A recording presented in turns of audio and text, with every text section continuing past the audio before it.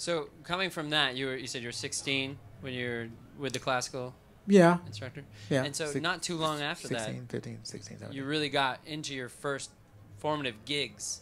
You want to talk a I little bit about started. that I segue? started playing around town. I started gaining a lot of notoriety. Really ever since junior high. But by the time I got to high school, I started playing around in different bands, and I played a little bit with the guy with the big mouth over there. His name is Ralph Johnson. Ralph, oh my God, Ralph Armstrong.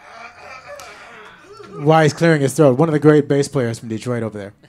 And I also played in a band with my dear friend Ricky Lawson, and we were getting very popular, and so that was the beginning of the sort of the professional end of things, and then the miracle happened.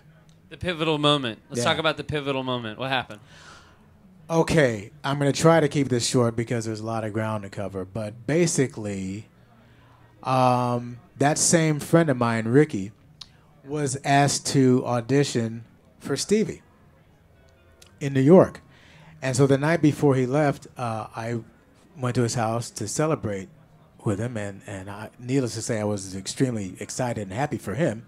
But he insisted that I play some things on a cassette. Now, for those of you who don't know, it's a little thing about this big. It's got little wheels in it, and there's a thing called tape in it. And you actually put it in a machine, and it played this tape, and it was called a cassette, about as big as your iPhone, maybe a little smaller. And so, he insisted that I do. This is the kind of friend he was. He insisted that I do this. So, I played some things, but I played them in the style that Steve played them. And so he would know that I understand how he thinks musically. That's kind of the direction I was going. So sure enough, he takes the tape and he leaves the next morning. And some days passed. It seemed like years. And then Ricky calls me early one morning and says, Stevie wants to see you in New York today. What are you going to do? Well, I was running around like a banshee, excited, throwing clothes together and everything. And so, but I was instructed to pick up one of Stevie's brothers at Stevie's house.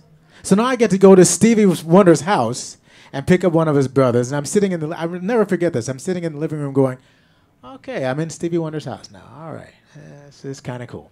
So his brother comes down and we go to the airport, go to New York and get settled at the hotel. And I go to the original Hit Factory in New York, for those who know about that. And I'm sitting there on pins and needles, later in the evening, and finally the elevator door opens, and here he's walking in the van, and I'm like, oh my God. And so he walks in, and so that handshake was the single greatest pivotal moment ever. Because I remember telling friends of mine in high school I was going to play with him. I never met him before. It was in there, It's one of those dreams that God gives you, and it's just only a matter of time before And so that was it. So we met and talked and played a little bit that night. And then the next day was the formal audition, where I met everybody else in the band, and it was between me and this older white guy. And I remember certain band members coming up to me at different points of the afternoon going, it's okay, you got it. Don't worry. And so that night, we're on our way back to the Hit Factory. I'm in the car with him, and he turns around and says, so how does it feel to be a member of Wonderlove? Just like that. I'm like, really? And now my mind is spinning because I heard all these stories that, he's a practical joker. So I didn't know. I said, are you serious? He says, of course.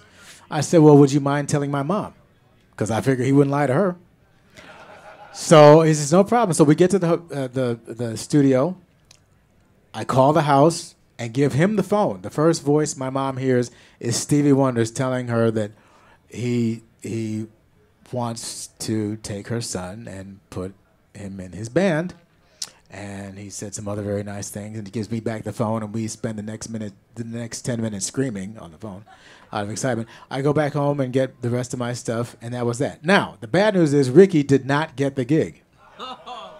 But Roy Ayers, y'all know who Roy Ayers is, was hanging around at the time, and he said, if you don't get it with him, you got it with me. So he he ended up with Roy. I ended up with Stevie. And then years later, our paths crossed like this. And Ricky did end up playing with Stevie, and everybody else, Phil Collins and everybody in between. And I still can't believe he's gone, but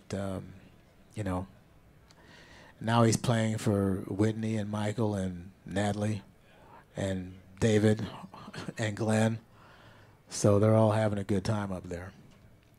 And that's that.